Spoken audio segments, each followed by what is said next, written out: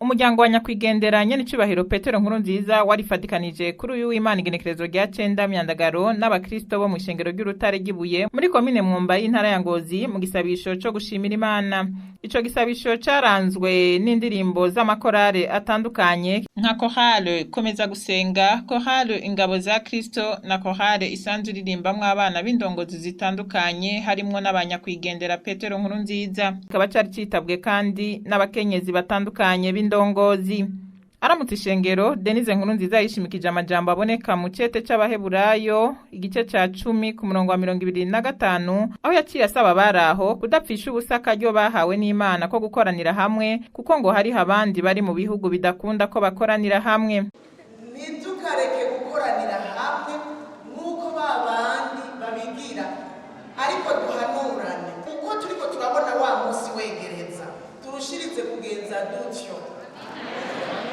Burya babandi barahevye gukoranira hamwe, turi kumwe hariho babandi bahevye gukoranira hamwe. Twebwe rero twagiriwe ubuntu tukaba amashengero yuguruye, nitukareke gukoranira hamwe, ntihagire ikizokubuza gukoranira hamwe n'abandi, haba hagati mu ndwi igore ubane n'abandi. Burya gukoranira hamwe birafasha, gukoranira hamwe urashobora kuza uri mu ntege nke agacamwa k'abana b'Imana kakagufata nawe ugasubizwamwo intege.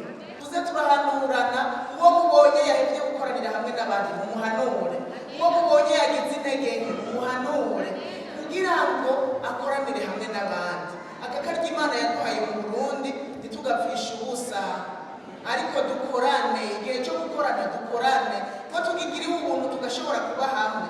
Igihe abandi bakoranye nawe ntusigare, tube hamwe.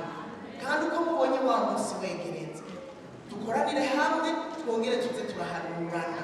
Inyuma y'ico gisabisho Denise NKURUNZIZA akaba yaciye aja kwakira abakenyezi bonze urunani Femme Solidaire mu rurimi rw'igifaransa, aho bari bagendeye ikigo kireza imfuvyi citiriwe umusamariya w'imbabazi kiri ngaho nyene ku mutumba wa Buye. Abo nabo bakaba bari baje bitwaje agakemanyi kagizwe n'ibiharage, umuceri, amata y'abana, amapamperse, amasabuni n'ibindi vyankenerwa kuri abo bana. Goreti yamuremye arongoye abo bakenyezi akaba yamenyesheje ko bihaye intumbero yo gushigikira umutambukanyi uwahoze arongoye Uburundi mu bikorwa vyiwe vyo gufasha imfuvyi n'abapfakazi. Nayo umutambukanyi uwahoze arongoye Uburundi Denise NKURUNZIZA akaba ari nawe yatanguje iryo rerero, yarashimiye cyane abo bakenyezi ku mutima w'urukundo bafise, akaba yabasabiye imigisha iva ku Mana. Turabashimiye bivuye ku mutima, muza hageze museruka hageze, kandi nk'ubu muratumagije iminsi itari mike.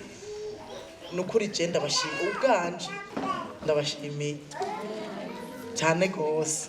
Mukamenya ko imbere yo kugendera iryo rerero abo bakenyezi babanje kwifatikanya n'abakristo bo mu ishengero ry'urutare gibuye mu gisabisho cyo gushimira Imana.